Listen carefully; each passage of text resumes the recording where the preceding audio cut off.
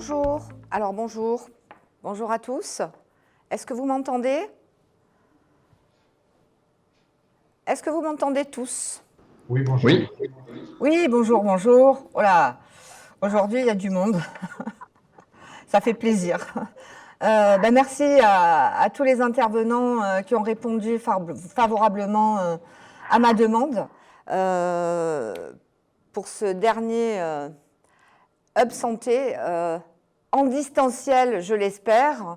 Et peut-être que le professeur Papazian nous donnera en préambule quelques bonnes indications concernant cette épidémie qui nous met...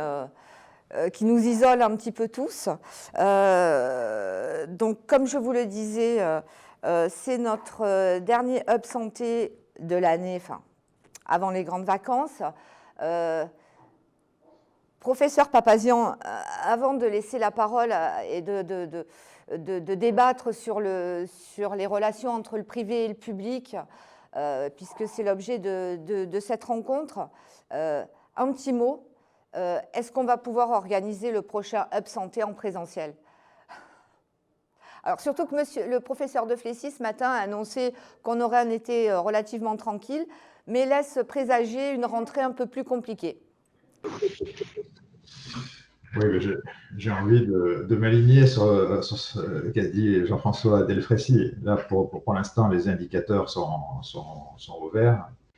Mis à part dans d'autres, vous avez vu dans le sud-ouest où il y a une petite inquiétude sur le variant Delta, mais ça ne se traduit pas par une augmentation des admissions à l'hôpital. Je pense ce qui nous préoccupe le plus. Hein.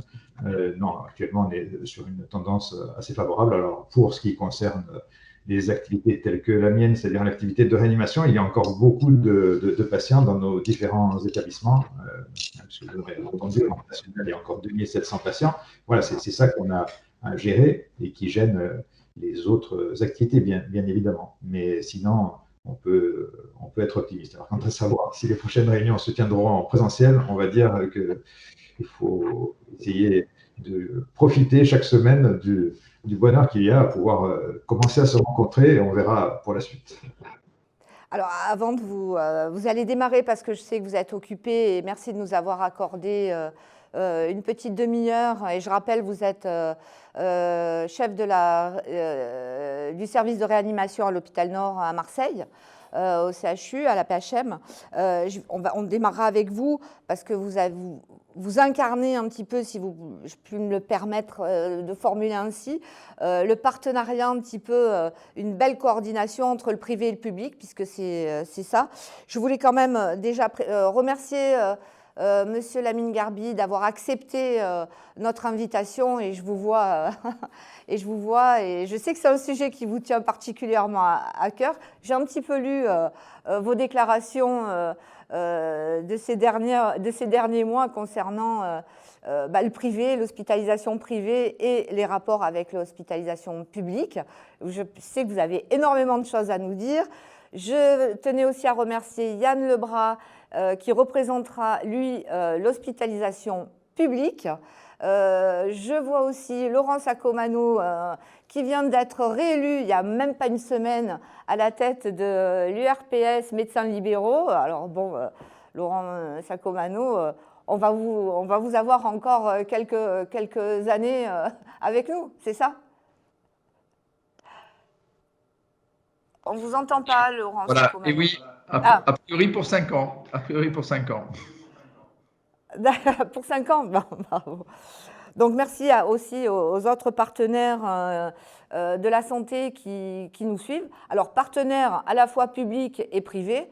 Donc nous, on a anticipé à la Provence, on sait mettre autour d'une table les différents partenaires du secteur public et privé. Mais est-ce que vous avez toujours été capable de travailler ensemble? Ça, vous nous le direz. Et la crise Covid a fait certainement changer les lignes. On a vu un petit peu en France qu'un chirurgien pouvait aller opérer. Ça s'est passé à Rouen.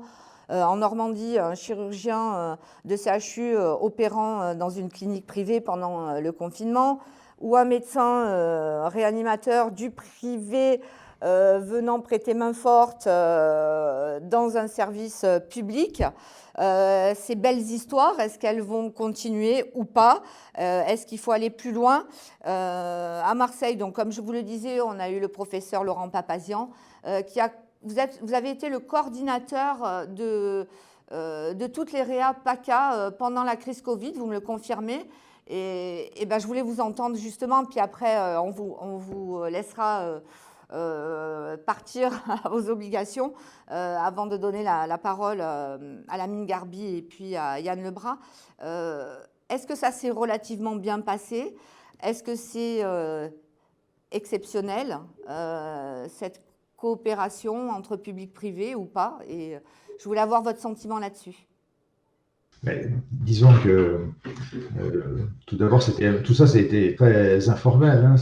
En fait, c'est parti d'une réunion qui s'est tenue au siège de l'ARS, et puis dans chaque délégation départementale, c'était quelques jours avant le confinement. Ça devait être vers le 12 ou le 13 mars 2020, pardon. Et donc, l'ARS nous a à ce moment-là informés de l'état réel de l'épidémie, puisqu'on n'avait que des informations, on va dire, par les médias et il faut bien le dire, aussi par les messageries instantanées, et en particulier de nos collègues italiens qui nous avaient, et nos collègues du Grand Est, puisqu'il y avait à ce moment-là quand même pas beaucoup d'écho au niveau national sur la gravité de l'épidémie. Puisque nous, on était restés, pour être honnête, on était restés sur les chiffres des collègues chinois, où la mortalité, par exemple, semblait assez basse, même plus basse que la grippe. Et c'est pour ça qu'il y a eu sans doute un petit retard à l'allumage. Et donc, il y a eu une réunion qui s'est tenue à l'ARS, et là, tous les chefs de service et tous les directeurs, les chefs d'établissement étaient présents. Nous, on était donc avec ceux des Bouches-du-Rhône, mais c'était pareil dans les autres délégations. Et à la fin, lorsqu'on est sorti de cette réunion présentielle, donc, eh bien, on a pris la mesure du défaut comment dirais-je, de mise en commun de nos données, de lits disponibles et tout. On n'avait pas d'outils, en fait, pour piloter tout ça. Et donc, on s'est réunis, je vois M. Rollin qui est connecté, on s'est réunis à l'hôpital européen. Donc, on a décidé en un week-end de faire un maillage territorial avec un banal tableur Excel, si vous voulez, qu'on a partagé. Après, les autres départements ont tout de suite accepté de participer. Donc, notre fichier est devenu un fichier régional, et même s'est étendu à Monaco et à la Corse, puisque à ce moment-là, vous vous rappelez, il y avait également l'épidémie qui flambait. Bien sûr, tout à fait. On revoit voilà, tout à fait ces images. Donc, si vous amenant voulez… les patients corse en bateau pour les… Oui, ça c'est… Mais donc, tout ça pour dire que, évidemment, dès le début, on a tous travaillé ensemble. Et à ce moment-là, la stratégie, ça a été plutôt de faire sortir, parce qu'on pensait, comme on avait peu d'informations sur la contagiosité du virus, et en particulier aux soignants, on a pris l'option de mettre les patients Covid dans des unités un peu dédiées. Et donc, à ce moment-là, il y a eu beaucoup de patients qui sont passés d'un établissement vers un autre, et particulièrement pour ce qui concerne les Bouches-du-Rhône, qui sont partis du CHU vers les établissements privés pour libérer de la place. À l'hôpital Nord, par exemple, usuellement, nous avons en tout 39 places de réanimation. Eh bien, en 48 ans, on se retrouvait avec un seul malade qu'on n'a pas pu transporter parce que c'était un transplanté pulmonaire qui était sous ECMO et tout. Mais tout ça pour vous dire qu'il y a eu déjà à ce moment-là une collaboration extrêmement étroite. Alors après, je ne vais pas généraliser et faire tout le monde dit beau, tout le monde dit gentil. Ça s'est fait pour la réanimation dans un contexte particulier. Ça a duré jusqu'à présent, hein, avec, bon, de temps en temps, il y a eu des petits désaccords, mais c'était vraiment très, très, très, très marginal. C'est devenu beaucoup plus difficile en 2021 parce que plus l'effort est soutenu, plus c'est compliqué. Il y a eu des échanges de médecins, vous en parliez tout à l'heure. Voilà. Après, l'étendre aux autres spécialités, je crois que ça a été beaucoup plus compliqué. Vous parliez de chirurgie. Je crois que ça a été beaucoup plus compliqué à mettre ensemble les différents intervenants. Voilà. Donc, c'était une belle expérience, et elle est toujours d'ailleurs, pour ce qui concerne l'AREA, mais ça sera, je crois que c'est difficile de généraliser et de dire que tout va bien. On a des efforts à faire pour la collaboration entre les différents établissements, tout simplement, hein, qu'ils soient privés ou publics. Mais vous, au niveau Réa, alors peut-être que M. Rollin en un mot, puis après on rentrera, je vais laisser la parole à Lamine Garbi. Vous représentez l'hôpital européen et aussi l'hôpital Saint-Jean, puisqu'il y a des petits rapprochements. Comment vos équipes ont finalement ont accepté cette collaboration? Est-ce que ça s'est fait en bonne intelligence, ou il y a eu quand même quelques... Oui, globalement, ça s'est fait en extrêmement bonne intelligence avec... alors, d'abord, il faut le dire, dans la sphère médicale marseillaise, les médecins ont quand même l'habitude de travailler déjà ensemble. C'est-à-dire que, par exemple, les relations qu'il peut y avoir entre les réa de l'hôpital européen et les réa de l'hôpital Nord, elles y existent. C'est des choses qui, heureusement, fonctionnent historiquement et en fait ont été amplifiées dans le cadre de la crise. Finalement, les principaux points n'ont pas forcément été sur les réanimations. Les choses se sont mises assez rapidement carrées. S'il y a pu y avoir des questionnements, des interrogations entre nous, c'est plutôt sur comment on fait pour ralentir le reste de l'activité et après, comment on fait pour reprendre le reste de l'activité de manière relativement coordonnée. Je pense que la question, pour nous, mais communément, hein, elle a été posée à plein d'endroits différents. Elle a plutôt été là-dessus que sur le fait de savoir comment on régule les réa, ou pour le coup, la régulation qui a d'ailleurs été hebdomadaire, puisqu'il y avait des réunions hebdomadaires, s'est bien passé. M. Papazian était présent, l'agence a été présente, et il y a eu une régulation qui s'est faite assez naturellement, avec des objectifs qui nous ont été donnés de volume d'activité, qu'on a pu travailler en commun et lever la main pour dire quand c'était possible et quand c'était pas possible. Donc plutôt quelque chose d'assez, sur les réanimations en tout cas, d'assez fluide. Assez fluide. Alors, Monsieur Lamine Garbi, rebonjour, merci. On vous a beaucoup entendu en mars dernier, vous êtes un petit peu élevé sur la mise un petit peu sur le côté du secteur privé, vous me le confirmez? Un petit peu ou pas? Oui ou non? Au mois de mars 2019, on ne se posait pas la question de savoir si on était associé ou pas associé. On a été oublié, mais carrément oublié. Dans le Grand Est, il y avait 80 lits de réanimation qui étaient vides. On n'avait pas de masque, on n'avait pas de blouse, on n'avait pas de gants. Et les copains du public, ils saturaient. Non, voilà, on n'y était pas. On n'y était pas. Pourquoi? Parce que la doctrine originelle, et c'est peut-être le péché originel de la prise en charge Covid, c'était que tout devait aller dans les hôpitaux de référence qui étaient le CHU. Donc, c'est-à-dire dès qu'il y avait un patient Covid qui était étiqueté Covid, même dans nos services d'urgence, et c'est pas Stéphane qui me contredira parce que je suis content de revoir les copains aussi, on ne pouvait pas soigner un patient Covid. On ne pouvait pas. C'est-à-dire qu'il arrivait aux urgences, on devait l'emballer en tenue de cosmonaute, et puis il partait au CHU où il était dépisté, soigné, etc. On n'avait pas à l'époque de dépistage, de test de dépistage, je vous le rappelle. Donc oui, on était complètement exclu. Donc moi, ça m'a vraiment plus qu'énervé, ça m'a choqué, et donc voilà, je suis monté au créneau. Dans le Grand Est, le pauvre directeur de l'Agence régionale de santé, Christophe Lanelong, qui en plus était un copain, en a fait les frais parce que vous savez qu'il y a eu un remaniement. Et moi, je suis pour la défense des ARS parce que c'est facile, quand le match est terminé, de se dire bah, l'ARS, elle a fauté. Non, l'ARS, elles ont fait le job comme elles ont pu à l'époque. Après, en Ile-de-France, ça s'est bien passé avec Aurélien Rousseau, et puis en PACA, bien sûr. Alors après, qu'est-ce qui s'est passé? La vague 2, on a appris, la vague 3 aussi. Il y a quand même eu des ratés. Il y a quand même eu des ratés. Moi, j'ai passé mon temps, si vous voulez, dans certains territoires ou certaines villes, à essayer de faire en sorte que l'articulation publique-privée se passe bien. J'ai des noms d'établissements où il y avait des tensions, parce que les chirurgiens ne voulaient pas déprogrammer, parce que les anesthésistes ne voulaient pas faire de la réanimation, parce qu'il n'y avait pas la même rémunération. Donc voilà, il y a quand même eu des difficultés et des tensions. Mais globalement, oui, on a été ensemble. Moi, je retiens la grande solidarité, et j'oublie les petits échecs. Et je retiens ce que disait Martin Hirsch, qui est quand même, Martin, le directeur général de la PHP, qui disait « on est main dans la main ». La PHM, chez vous aussi, mais il ne faut pas se dire que tout a été facile et rose. Non, ce n'est pas le cas. Il y a eu des tensions, il y a eu des difficultés. À nous, demain, alors j'espère qu'on va passer un été tranquille, j'en suis à peu près certain, et j'espère, j'étais avec notre ministre hier, Olivier Véran, lui aussi est plutôt serein, même si il me dit, on verra ce qui se passe au mois de novembre. On va déjà passer le mois de juin, juillet, août, faire en sorte qu'on puisse reprendre le chemin des blocs opératoires, parce que c'est compliqué. Beaucoup de patients ont été déprogrammés, plus de 100 000 patients ont eu des retards de soins, et en cancérologie, vous le savez, c'est pas bon.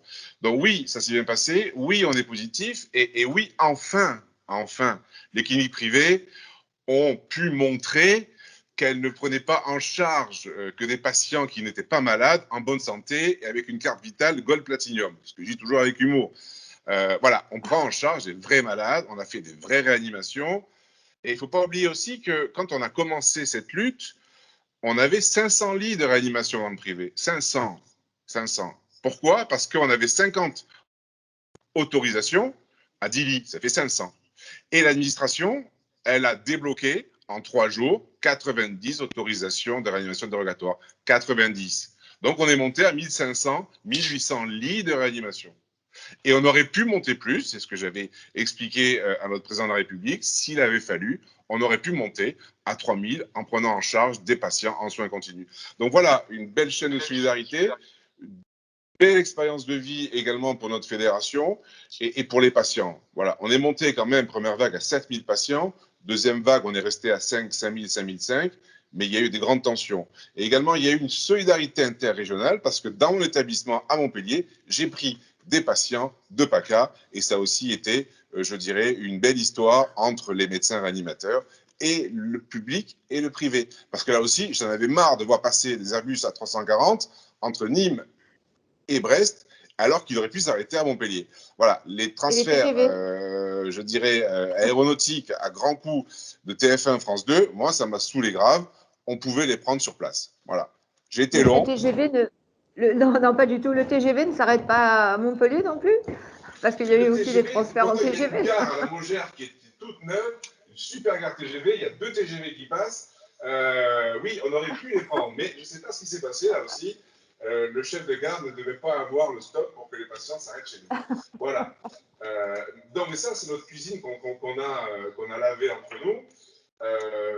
Parce que, si vous voulez, moi, je n'ai cessé de rappeler qu'il ne fallait pas rajouter de la, comment dirais-je, de la crainte, de l'angoisse à nos concitoyens. On est là pour soigner, on est là pour organiser les soins. On n'est pas là pour rajouter, comme tous ces médecins sur le plateau télé et d'autres, hein, pas que des médecins, à qui mieux étaient sur des scénarios catastrophes. Non, le pire a été évité. On a tenu le choc. Ça a été compliqué au niveau social à l'hôpital public et dans la clinique privée, c'était compliqué. Mais le gouvernement aussi, et je le répète, je ne suis pas là pour cirer des pompes, a quand même joué le jeu de manière économique. Ils ont répondu présent. Le Ségur de la santé, 160 € de rémunération nette pour chaque salarié. Le Ségur 2 qui va arriver dans les prochaines semaines. Ils ont tenu le choc. Voilà. Donc, il faut aussi reconnaître ça. Le privé que je représente, c'est le seul secteur privé en France qui a eu une garantie de chiffre d'affaires, une compensation de nos pertes de marge.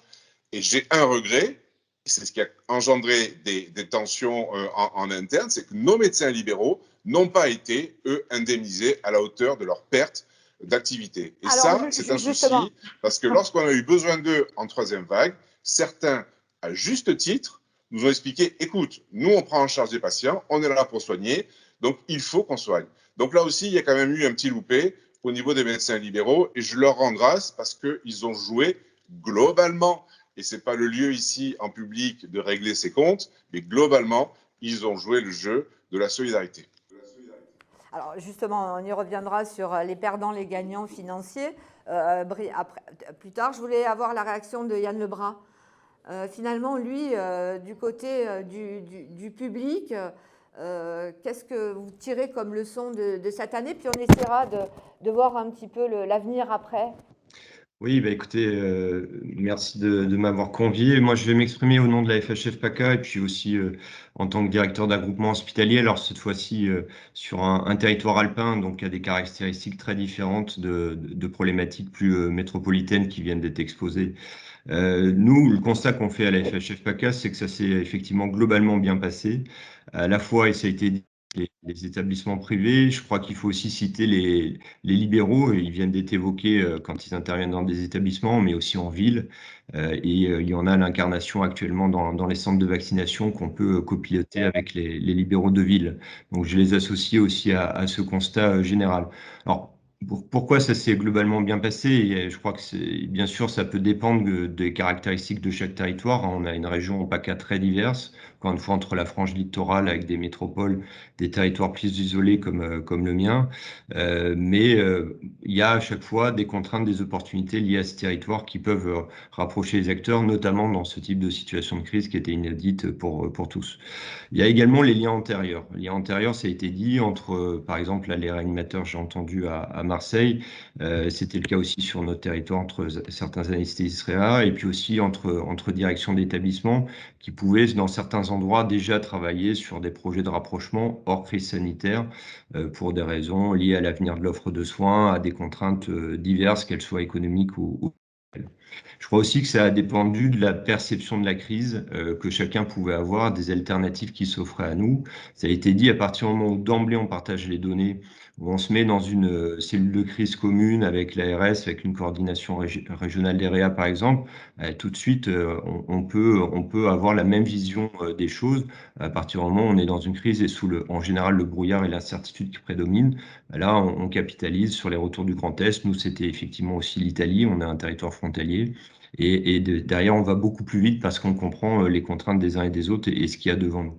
Et effectivement, de ce point de vue-là, à la fois le pilotage local dans la plupart des départements avec les DDRS, avec les établissements, avec nos médecins, et puis au niveau régional, a bien fonctionné. Ça, on peut tout à fait le dire. Il y a aussi des territoires, moi j'en fais partie, où on savait qu'il fallait très vite qu'on se mette d'accord. Pareil sur des week-ends où en 24 heures on se mettait d'accord parce qu'on devait s'autosuffire.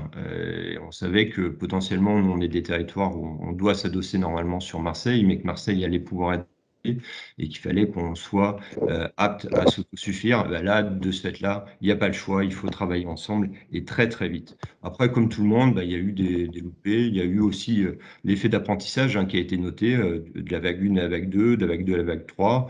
On a eu des petits problèmes parfois aussi d'aval, mais globalement ça a fonctionné. Alors, on a beaucoup parlé du soin, effectivement c'est le cœur de mission, à la fois sur des personnels soignants qui viennent dans nos réa, dans nos unités Covid aussi, très bien et très vite. Ça a été dit, mais je voudrais insister là-dessus aussi, le fait d'avoir sur certains territoires des cellules de reprise d'activité où les anestes et les directions pouvaient échanger sur des indicateurs aussi avec les chirurgiens et reprendre de manière coordonnée l'activité. Bah, tout de suite, ça apaise, on a un sentiment d'équité et ça permet aussi de faire profiter le plus vite possible la population d'une reprise d'activité pour éviter des préjudices fonctionnels pour les patients. Et puis, on a aussi quelques expériences un peu plus innovantes ou plus diverses où parfois la collaboration publique-privée, elle s'est faite sur de la formation. On a utilisé nos centres d'enseignement de soins d'urgence rattachés au SAMU pour former des libéraux de ville à la prise en charge Covid. Et ça, c'est assez chouette.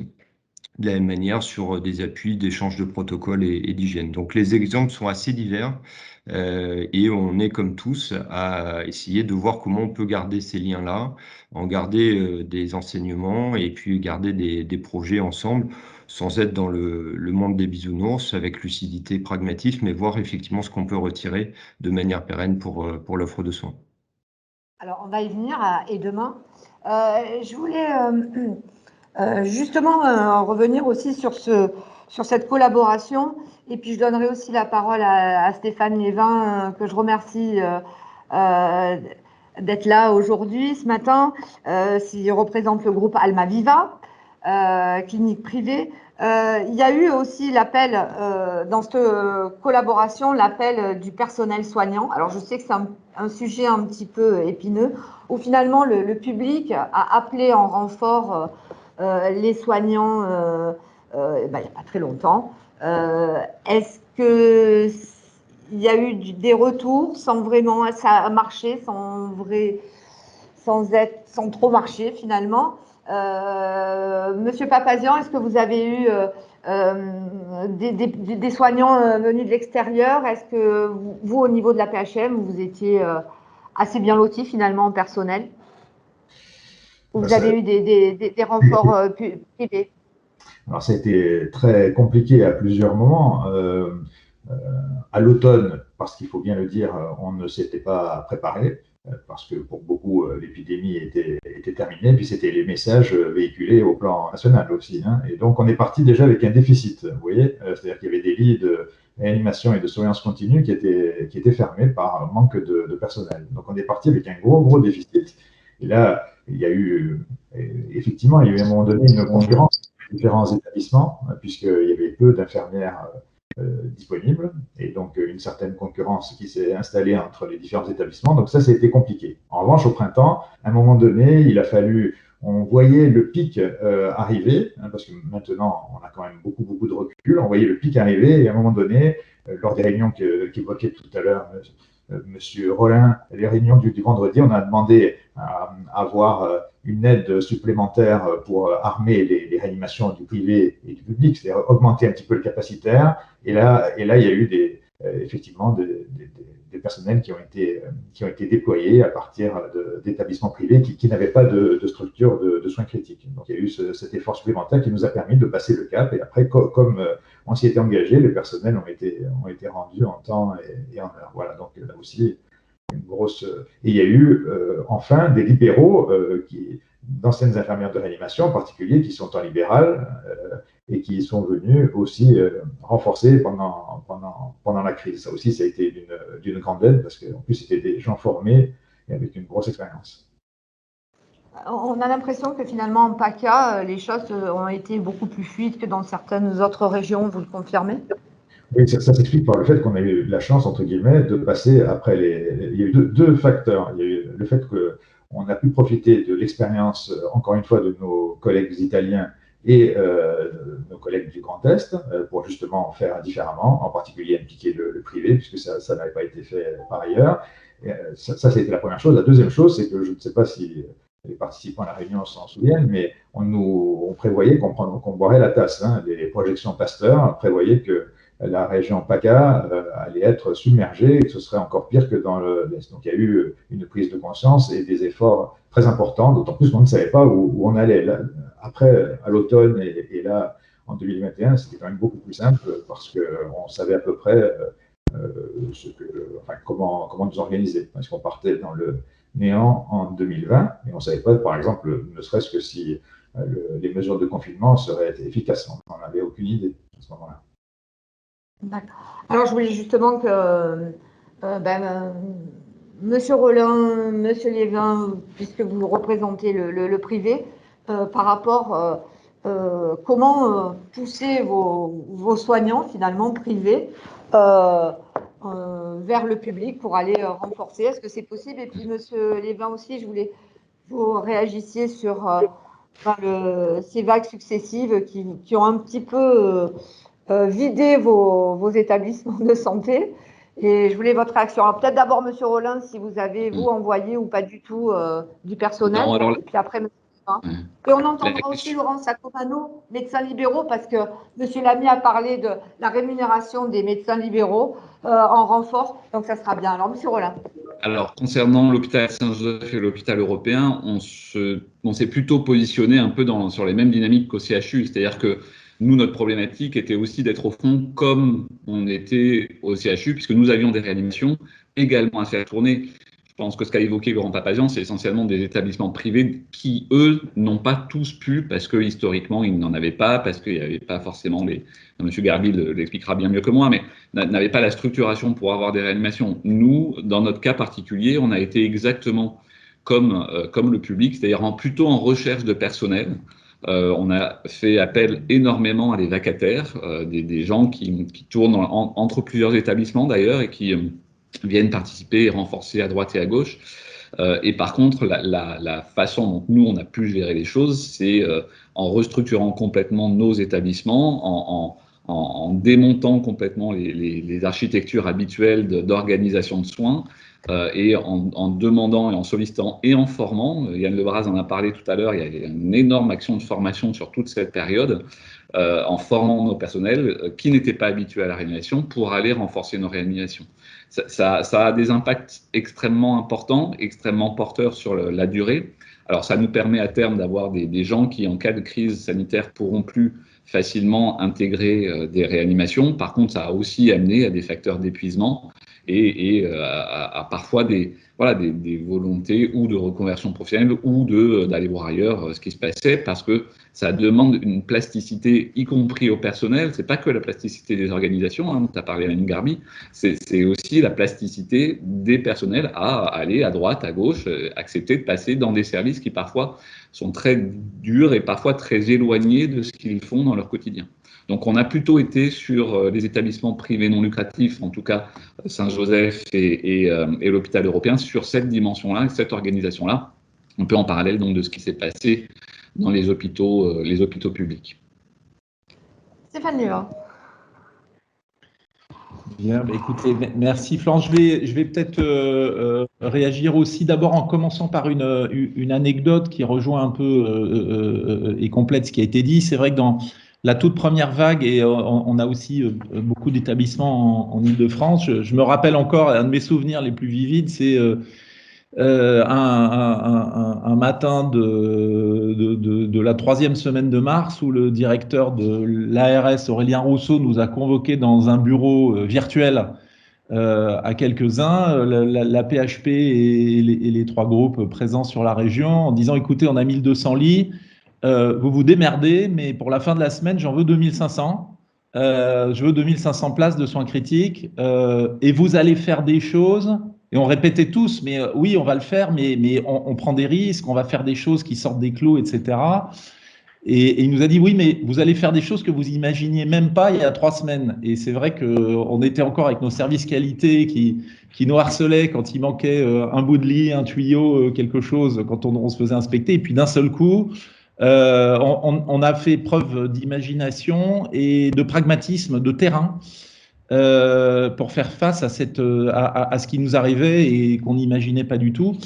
Et pour rejoindre le thème, et ben évidemment, les uns et les autres, on a fait l'inventaire de ce qu'on pouvait faire pour démultiplier le nombre de lits, etc. Et l'enseignement, c'est que le terrain, et plus on allait bas sur le terrain, et plus la collaboration était naturelle et entre personnes se faisait très bien, puisque on a poussé les murs pour trouver des lits. Mais là, on ne pouvait pas les trouver assez naturellement. En tout cas, je parle en ce qui concerne nos établissements. On a organisé des transferts de matériel vers l'hôpital voisin, du prêt de personnel à tel ou tel endroit, une organisation qui disait l'hôpital prend des soins critiques là où on n'a pas les moyens. En contrepartie, nous, on récupère des patients stabilisés qui se gèrent en médecine, etc. Et finalement, tout ça s'est fait assez naturellement. Et donc, effectivement, dans cette première vague, on a tous appris beaucoup de choses, avec un partenariat de terrain qui était très fort, je le dis encore. Et ensuite, l'ARS, évidemment, était extrêmement facilitante. C'était vrai dans les 2 régions où nous sommes présents, PACA et Île-de-France. On a eu, je dois dire, grâce à l'ARS, une fluidité exceptionnelle, même si on a dû inventer les outils, les moyens, les Excel, etc. et les WhatsApp qui ont aussi changé notre façon de travailler. Et tout ça s'est passé finalement, oui, il y a eu des ratés, des choses compliquées, des comportements pas toujours comme il fallait, mais globalement, ça s'est passé vraiment très bien. Du coup, on était beaucoup mieux préparés pour les vagues suivantes et bien sûr, fort de cette expérience, la 2e vague a été là aussi très bien gérée avec les échanges, le personnel, etc., et le matériel quand il fallait le faire. Moi, je dirais, si on se projette un peu dans la suite ou dans les enseignements… On va y venir. Il y a eu, et avant d'y venir, je pense, moi j'aimerais soulever un sujet parce qu'il y a eu des sujets… Ne fauchez pas mes questions, s'il vous plaît, Stéphane Livin. Bref. Alors, je vais vous servir la plateforme pour la suite. Mais après, il y a les sujets d'organisation et de prévision, notamment la façon dont on a géré l'outil qui s'appelle la déprogrammation. Qui là, lui, demande peut-être de la réflexion parce qu'on s'est aperçu que les uns et les autres, on a raté un coche, c'était de continuer à soigner là où il le fallait et où on le pouvait pour pas créer du retard de soins. Voilà, ça c'est un sujet. Et puis l'autre sujet, moi, qui me tient énormément à cœur, c'est les personnels, la formation, la définition des métiers, la façon dont c'est adapté. Et je pense que ça reste absolument crucial pour la suite. Voilà. Merci beaucoup. Alors, vous m'avez tendu plus ou moins la perche pour la suite, mais je voulais juste une petite réaction de Laurent Sacomano. Je vous laisserai la parole un peu plus longtemps après pour l'avenir, Laurent. Mais juste sur ce qui a été dit en quelques mots. On ne vous entend pas. On ne vous entend pas. Voilà, oui. Ça y est. Je ne peux être que d'accord avec tout ce qui a été dit. Je crois qu'on partage tous un constat que le démarrage a été un petit peu difficile parce que c'était inédit, parce que nous n'avions pas l'habitude de gérer ce type de crise. Et puis finalement, en avançant, nous avons appris et puis nous sommes tous arrivés au même constat qui était que les forces sur le terrain étaient globalement les plus pertinentes pour gérer et pour connaître finalement comment réagir. Et surtout sur le terrain, et ça a été dit tout à l'heure par Frédéric Rollin, c'est que globalement les gens sur le terrain se connaissent. Nous avons tous, en tant que libéral, eu une période où nous avons travaillé à l'hôpital. Il y a des hospitaliers avec lesquels le travail se fait au quotidien sur le parcours de soins. Et donc, il était naturel à l'échelon d'un territoire, quand on a un hôpital qui est saturé, quand on a un établissement privé qui est vide, quand on a des initiatives qui sont portées par les libéraux, eh ben, de se mettre autour de la table. Et quand on se met autour de la table, on arrive à trouver le bon parcours de soins et la bonne démarche. Donc, effectivement, je pense que nous n'avons pas forcément encore tiré tous les enseignements et il faudra vraiment le faire parce que on a quand même constaté que la problématique des masques, par exemple, aurait pu être gérée différemment si on avait tiré les enseignements de l'épisode de la vaccination H5N1 et de la gestion de cette crise-là. Donc, il faudra quand même qu'on en tire des enseignements pour que ça soit vraiment inscrit, j'allais dire, dans le marbre, pour qu'on soit capable de réagir de façon beaucoup plus rapide si une nouvelle crise devait survenir. Mais globalement, voilà, le constat est que il y a eu des ratés, il y a eu un démarrage difficile, il y a encore des difficultés, on en a parlé, parce que les libéraux se sont largement investis, on les a sollicités pour travailler dans les établissements, on les a sollicités pour gérer les patients en ville. Maintenant, et Lucienne Clostre, la présidente de l'URPS infirmière, est là. Et donc, on l'a vécu au quotidien. C'est vrai qu'il y a quand même aussi un manque de reconnaissance du travail des libéraux qui ont été faits. Ça a été évoqué aussi, les arrêts d'activité ont souvent été décidés de façon brutale. Alors, c'est toujours pareil, hein, ça l'est beaucoup moins aujourd'hui, donc je ne veux pas rester sur un côté négatif, mais l'arrêt des activités dans les établissements, on l'a connu là dernièrement dans la 3e vague en PACA. On a été tenu au courant en permanence par l'ARS de la difficulté de la saturation des hôpitaux. Il n'y a pas eu de décision cette fois-ci brutale de cet arrêt d'activité, parce qu'il y avait en face cette capacité à s'organiser et à montrer toute la pertinence d'une organisation raisonnée. Mais quand il y a eu quand même des réductions d'activité pour les libéraux n'ont pas eu forcément une indemnisation de leur perte de ressources qui était à la hauteur de cet arrêt d'activité. Donc il y a encore des choses à revoir, même si globalement, voilà, l'évaluation globale de cette gestion est aujourd'hui plutôt satisfaisante. Il n'y a pas du coup d'un côté les gagnants et les perdants. Je ne sais pas si Monsieur Garbi veut réagir. Est-ce qu'il y a d'un côté les gagnants et les perdants au niveau de cette coopération ou finalement vous êtes tous gagnants et tous perdants? Alors je parle au niveau financier, on ne vous entend plus. Il faut reprendre l'iPhone. Alors, pendant que Lamine réactive son micro, ce qui est certain, c'est que les libéraux ne sont pas gagnants, puisque eux ont subi ces pertes d'activité et n'ont pas été indemnisés. Ça, c'est une évidence. Maintenant, je pense que celui qui en sort gagnant quand même, c'est le patient, parce que des structurations, un décloisonnement et un parcours de soins a été défini.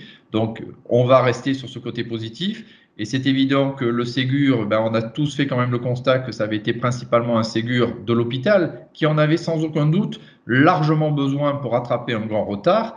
Mais je crois que ce qu'il faudrait, c'est réussir à faire ce que l'on a fait dans la gestion de la crise sur le terrain, c'est-à-dire ne pas faire un Ségur de l'hôpital ou un Ségur de l'hospitalisation privée ou un Ségur de libéral, mais c'est faire un véritable Ségur où tous les représentants puissent se retrouver autour de la table pour savoir comment les rémunérations, les indemnisations, les ressources ou les indemnisations qui pourraient être faites vont servir à continuer à améliorer le parcours de soins de demain.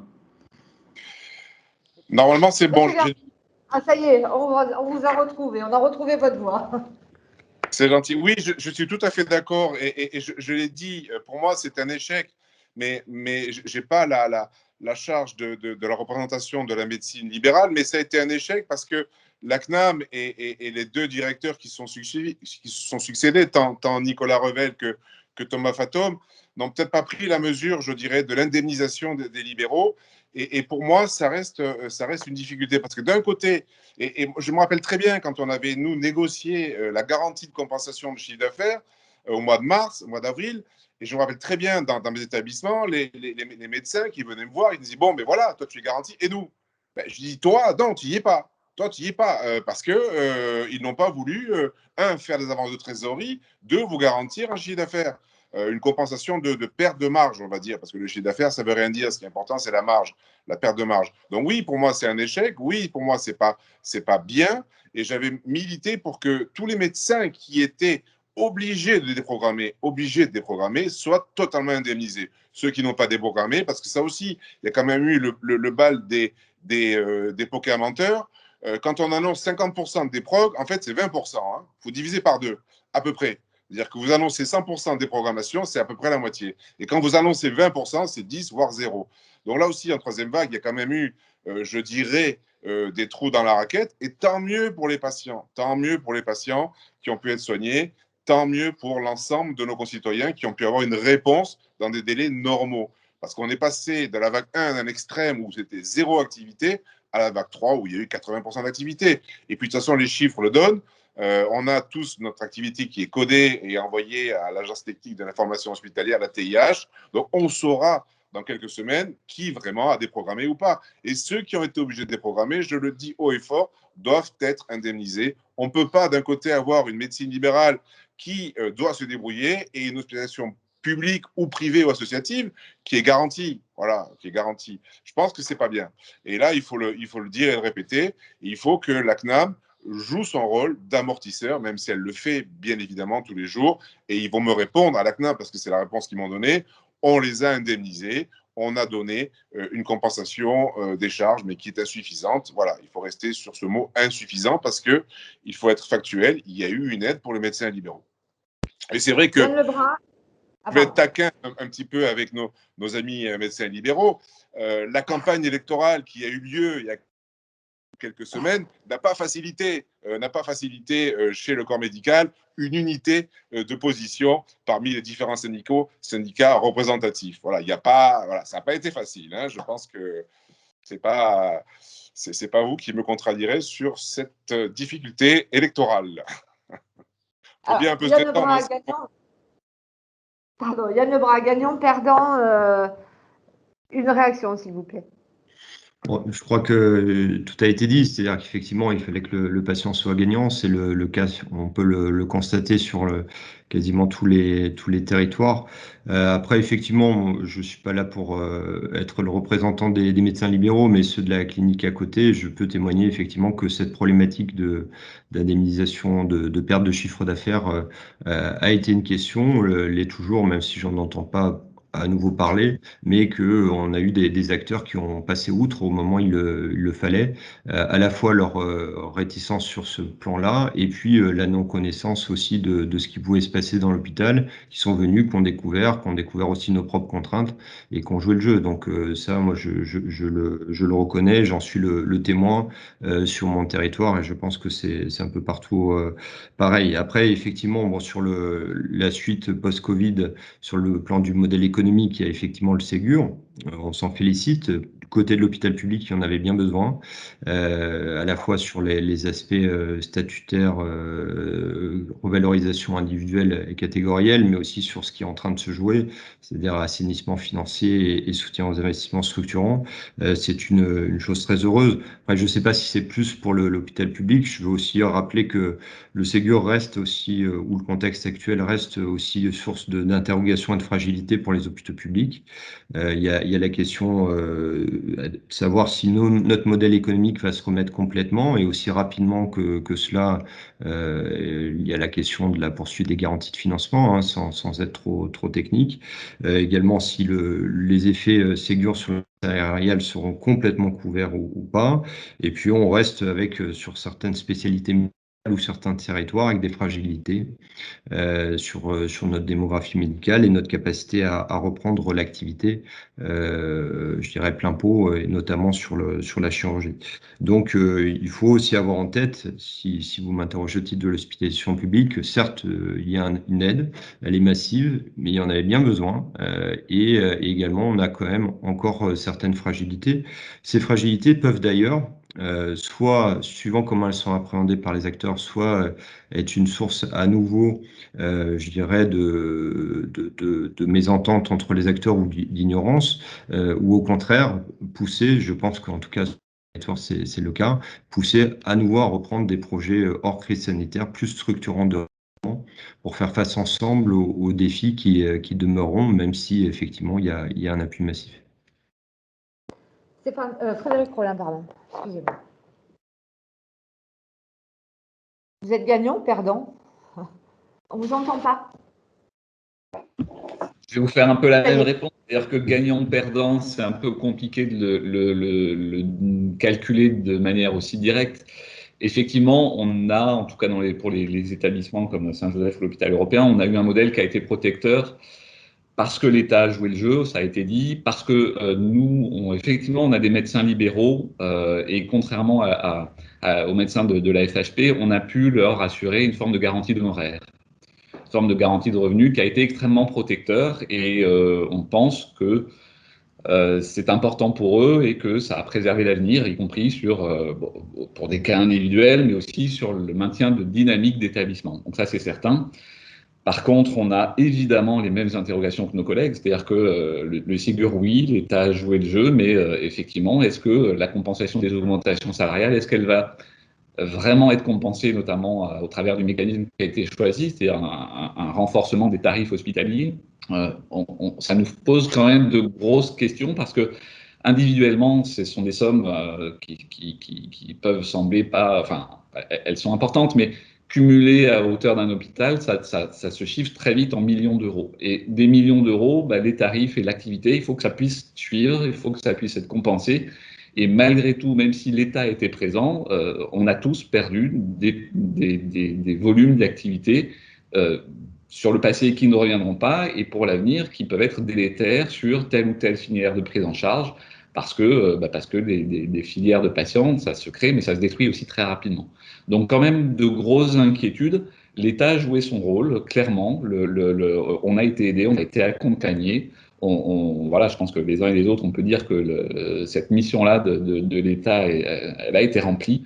Par contre, de grandes interrogations sur l'avenir, avec des questions de compensation dont on n'est pas complètement certain. Vous assurez ma question suivante, finalement. Merci. Donc, et demain, que restera-t-il de cette belle collaboration? J'ai deux questions. Est-ce que l'ARS doit devenir un acteur plus fort pour cette coopération public-ville, puisque maintenant, c'est comme ça que l'on dit? Et puis, quelles sont les conditions pour réussir? Il nous reste un gros quart d'heure ensemble. Le temps passe assez vite. Donc, je voulais avoir justement Monsieur Garbi à ce sujet. Oui, et puis, je voulais aussi qu'on parle aussi sur des avancées un petit peu plus importantes aussi et plus concrètes.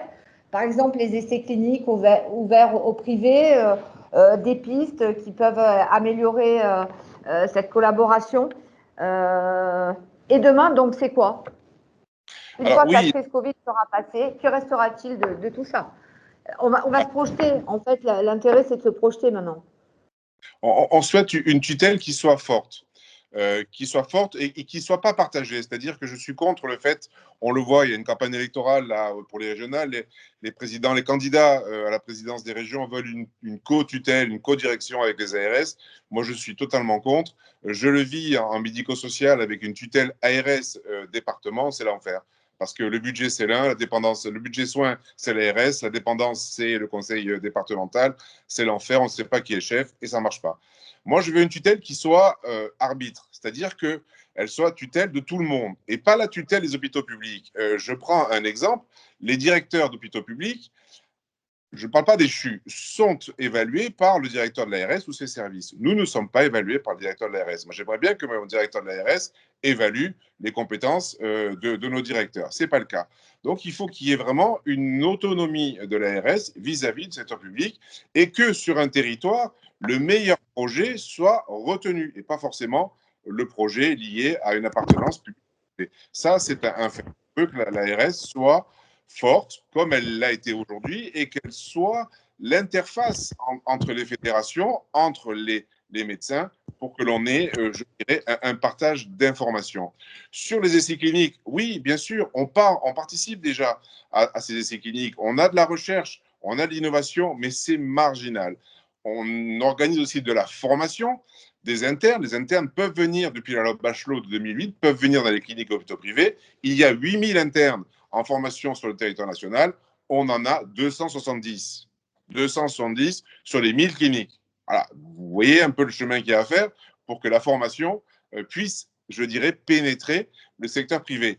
Et c'est vrai que c'est bien que les jeunes viennent un petit peu voir ce qui se passe dans les cliniques parce qu'on a un intérêt à partager les informations, à partager le savoir médical. On a des compétences en chirurgie, en anesthésie, on a des compétences qui sont connues. Et puis, c'est un complément de formation parce que tous les médecins qui exercent dans les cliniques privées viennent tous, sauf bien sûr, et ça c'est un autre débat, ceux qui viennent de l'Union européenne, ils viennent tous des centres hospitaliers universitaires et de la fonction publique. Donc moi, je suis pour que la fonction publique continue son rôle de formation et qu'il soit majeur. Plus l'hôpital en face de la clinique est fort, plus la clinique sera également en capacité d'être forte. C'est une dualité, c'est un consensus entre les deux secteurs. Si le public est fort, le privé sera fort. Si le public est affaibli, le privé à côté ne sera pas pertinent.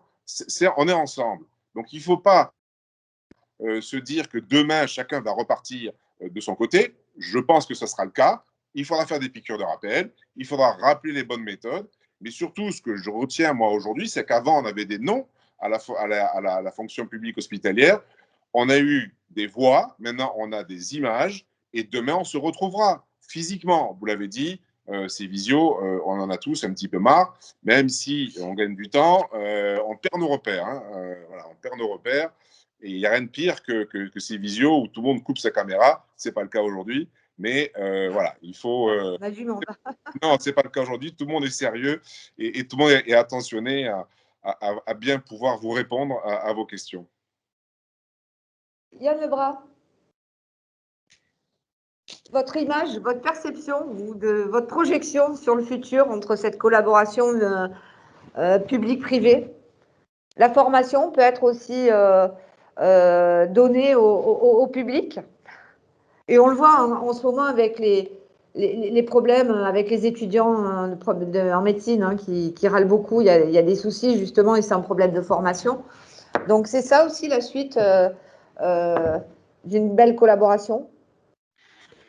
La formation, je crois que ça engage aussi l'aspect universitaire. C'est d'abord garantir à un étudiant d'avoir un lieu de stage où il peut acquérir des compétences et où il est réellement encadré.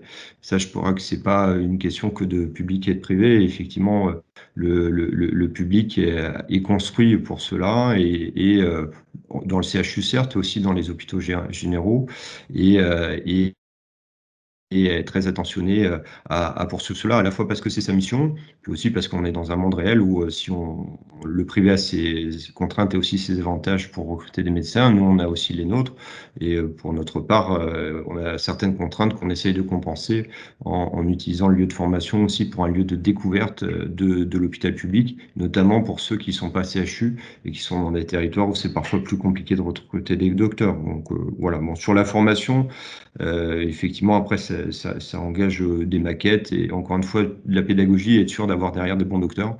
Et avant, encore une fois, de regarder l'étiquette du lieu de stage. En tout cas, c'est ce que j'observe. Nous, ce qu'on voit sur la suite, c'est qu'effectivement, il faudra sans doute faire des piqûres de rappel. Je pense que les contraintes vont revenir et qu'elles peuvent, encore une fois, remettre des acteurs en frontal. Dans certains territoires, je pense qu'au contraire, ça peut être un accélérateur de coopération.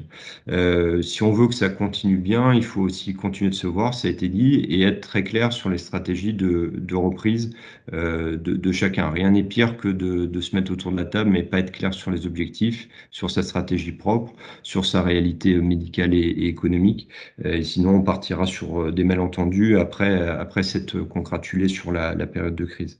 Donc ça, c'est important, et de se parler à la fois des sujets qui vont bien, puis des sujets qui peuvent fâcher ou sur lesquels on est parfois plus en complexité de jeu d'acteurs. Ça peut être des sujets d'autorisation, des sujets de permanence des soins, que sais-je encore.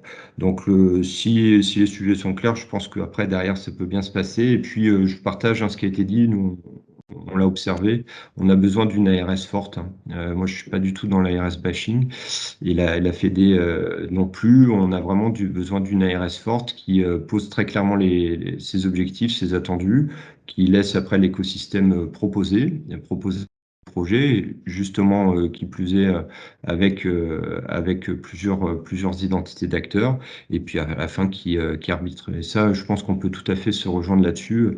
Il y a besoin de l'agence dans le rôle État-arbitre. Frédéric Rollin, puis après j'écouterai Stéphane Liévin. Oui, alors moi, un peu sur la même idée, c'est-à-dire que oui, pour une tutelle forte, c'est important, et on a vu que notamment quand il s'est agi à la fois d'arrêter l'activité et de la reprendre, on a attendu des consignes claires parce qu'elles étaient nécessaires, y compris pour nous politiquement au sein des établissements. Mais une tutelle forte veut quand même dire malgré tout que derrière on garde, et nous on y est très attachés dans les établissements de la FEAP, et je pense que dans d'autres établissements également, à l'autonomie et la plasticité d'organisation. Il faut qu'on puisse, même si on a des objectifs, garder une autonomie dans ce qu'on fait, comment on s'organise. Et ça, c'est extrêmement important pour nous.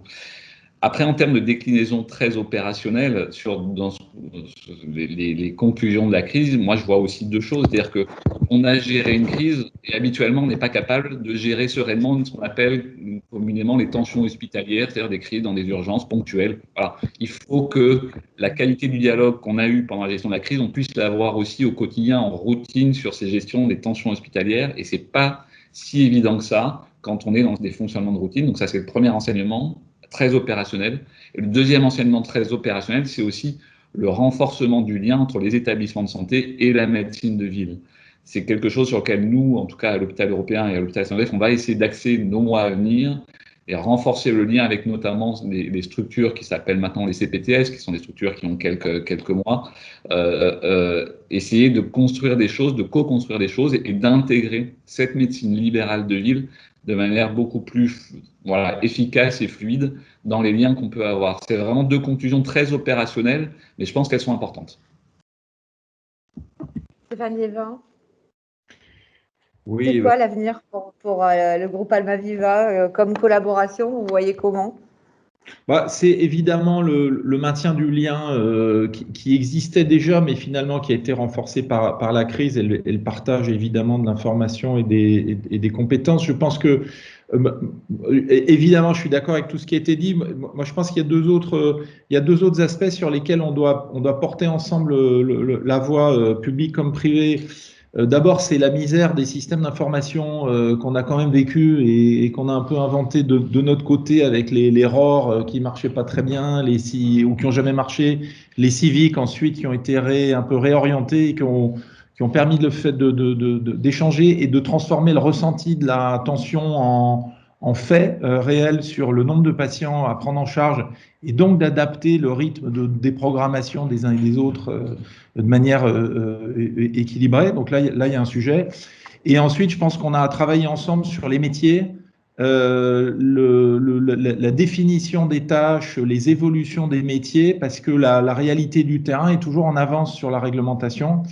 Et je crois que là aussi, on a peut-être des chantiers à réfléchir ensemble sur ce sujet des métiers et aussi des autorisations. On est en pleine réforme des autorisations en ce moment. Et l'expérience a montré qu'il y a une inflexion absolument nécessaire sur l'organisation des soins critiques, la capacité d'avoir des lits de médecine dans tous les secteurs, etc., etc. Voilà. Quand vous parlez des autorisations, vous pouvez être un peu plus précis?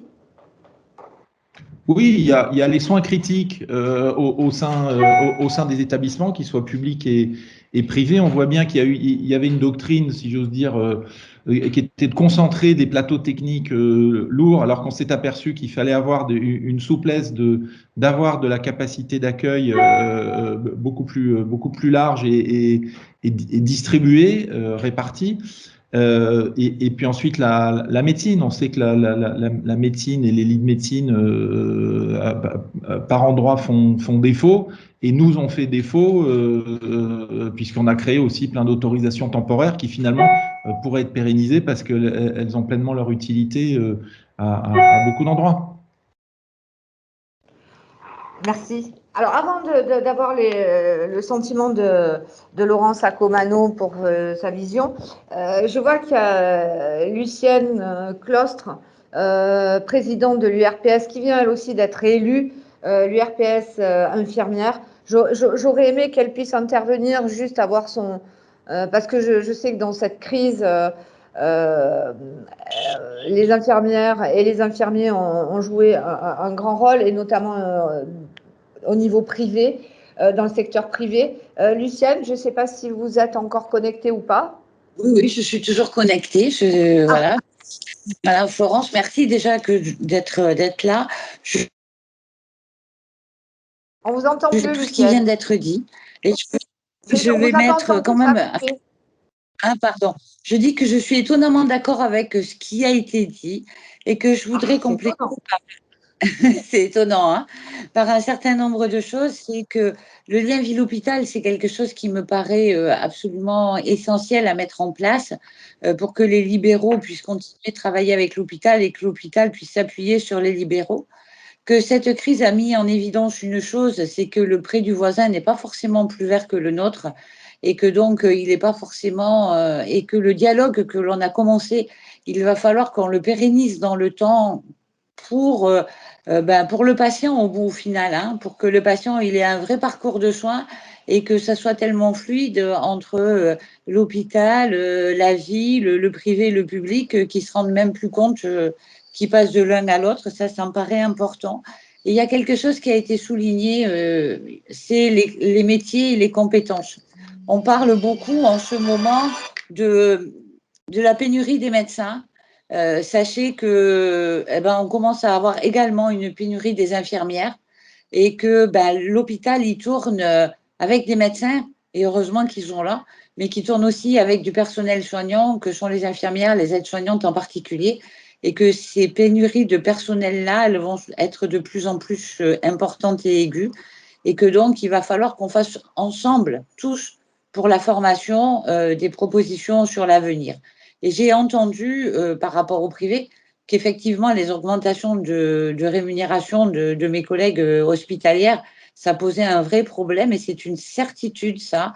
Donc, je pense que la santé, le Ségur, doit prendre en compte toutes ces dimensions-là pour que demain, face à une autre crise, on ne se retrouve pas avec des soucis au départ de gestion, même si sur le terrain, on l'a toujours tous autant qu'on est géré. On ne vous entend plus, Lucienne. C'est normal, je ne parle plus. Ah, d'accord. Bon, c'est exceptionnel. Mais Lucienne, vous n'avez pas dit d'arrêter. Hein. Non, mais je pense que Laurence Accomano. Vous m'entendez? Vous m'entendez plus? Oui, voilà, j'essaie de micro et ça m'est un petit temps. Oui, je crois que pour moi, la crise a vraiment mis en évidence une chose, c'est ce souhait que nous avons depuis très longtemps de décloisonner. Alors, jusque-là, c'était un terme qu'on mettait dans les conférences. Lorsqu'on voulait mettre les acteurs autour de la table, on voulait parler du décloisonnement ville-hôpital, on voulait parler du décloisonnement du monde libéral, des établissements. Je crois que la crise, là, nous a forcés à vraiment décloisonner parce que devant cette urgence, on a été obligé de se mettre autour de la table et ça, c'est vraiment quelque chose qui… On ne vous entend plus. Votre micro a été coupé. Oui, alors je ne sais pas… Bon. Oui, je disais que vraiment la crise nous avait forcé à mettre tous les acteurs de chaque territoire autour de la table pour discuter et trouver le côté le plus opérationnel. Alors, je pense que ça, c'est quelque chose qui s'est mis en place. Je pense qu'on ne reviendra pas en arrière et c'est un bien. Probablement que ça va continuer encore à évoluer parce que, y compris dans le monde libéral, il y a des structurations qui se font de façon différente parce qu'il y a aussi, comme Lucienne vient de le rappeler, hein, des pénuries de personnel et qu'il faut qu'on s'organise différemment. Frédéric Rollin l'a dit tout à l'heure également, il y a les CPTS, hein, ces fameuses communautés professionnelles territoriales de santé qui se mettent en place, c'est-à-dire qu'on a une structuration du libéral qui se met en place et que cette structuration du libéral doit forcément s'articuler avec, dans le domaine de la santé, les établissements privés, les établissements publics, mais aussi le médico-social et finalement tout ce qui concourt à la prise en charge de nos patients pour une santé optimale. Je voulais revenir tout à l'heure, on a parlé les ARS, alors ARS bashing, point d'interrogation, ARS forte. Moi, je veux une ARS qui soit efficace. Et quand je dis une ARS qui soit efficace, c'est que il faut que là aussi, on arrive à trouver le bon équilibre entre l'ARS siège d'une région, les délégations départementales, parce que ce qui est certain, c'est qu'il faut qu'il y ait une organisation, il faut qu'il y ait une tutelle, il faut qu'il y ait une discussion avec la tutelle, mais il faut aussi beaucoup de pragmatisme, beaucoup de réactivité, parce que c'est ce qui a été noté aussi pendant la crise. Nous, ce qu'on a retenu de cette crise, ça a été parfois ce manque d'agilité, ce manque de décision, alors qui n'était pas inhérent forcément à l'ARS, mais probablement à la structuration du système de santé en général. C'est-à-dire que la délégation départementale ne prenait pas la décision si le siège n'avait pas pris la décision, mais le siège ne prenait pas la décision si la DGOS n'avait pas pris la décision ou si le ministère n'avait pas donné l'instruction. Donc je crois que dans cette chaîne de commandement, il faut qu'il y ait, oui, un échelon qui soit décideur. Moi, je reste très prudent sur la délocalisation des délégations départementales parce que effectivement, je ne voudrais pas qu'on ait la problématique d'une délégation départementale qui voudrait prendre une décision, mais qui serait quand même tenue par un budget qui serait tenu par le siège. Enfin, globalement, je crois qu'on a montré pendant cette crise toute la nécessité d'une agilité, d'un pragmatisme, et ça, ce sont les gens du terrain et du secteur qui l'ont. Je pense que ça a été démontré et je pense que les communications, les discussions, voilà, cette proximité qui a été instaurée va se poursuivre parce que les gens ont pris attache et ont maintenant l'habitude de travailler. Encore faut-il que ça soit encouragé et facilité. Et je pense que là, autour de la table, toutes les personnes qui sont là sont dans le même état d'esprit. Merci Laurent Sacomano. Ça fait plus d'1 heure qu'on est ensemble. On a fait notre mini Ségur de la santé. Vous inquiétez pas, de temps en temps, la Provence fera de petites piqûres de rappel concernant cette collaboration privée-publique ou ville-publique, comme on dit maintenant. Je voulais remercier Yann Lebrun et Lamine Garbi d'avoir accepté de participer à notre Hub Santé, notre rendez-vous, qui en appellera peut-être d'autres, enfin, certainement nous pour nos partenaires du Hub Santé. Je voulais vous remercier grandement et je voulais que chacun puisse avoir un petit peu le mot de la fin sur ce qui nous attend en septembre, puisque apparemment l'été sera tranquille, donc on va tous partir en vacances sans masque, apparemment, tous vaccinés, on pourra aller à la plage, et ben, c'est septembre. Et septembre, c'est quoi, Lamine Garbi, pour vous? Septembre, ce sera les pour prochains combats de la liberté. C'est-à-dire que ça a été évoqué par un des intervenants, la garantie de compensation financière qui assure notre budget. Nous, on souhaite qu'elle s'arrête au 31 août. C'est-à-dire que le 1er septembre, on puisse reprendre une activité libérale, parce que nous sommes des libéraux, et que l'on puisse retrouver le chemin de la maîtrise de notre activité, de nos budgets, parce que nous ne sommes pas nés avec le budget global, et être assuré d'avoir un 12e chaque mois d'une activité sur 2019 ne nous va pas sur le fond. Même si en pleine crise, ça a été un amortisseur, je l'ai dit, exceptionnel, on souhaite que le 1er septembre, les conditions de pandémie nous permettent de reprendre une activité libérale, normale, c'est-à-dire en prenant soin de l'ensemble des patients qui nous font confiance. Il y a urgence. Oui, il y a urgence de revenir au mode de fonctionnement qui font la richesse de la santé publique et privée. Le public fonctionne aussi pour partie à la tarification à l'activité. Nous sommes à 80-90% financés à l'activité.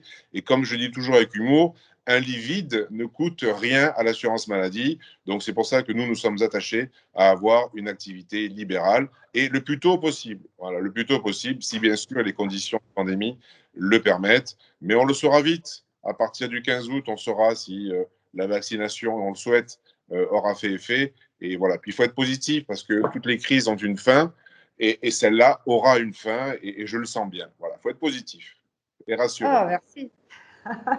Yann Lebrun.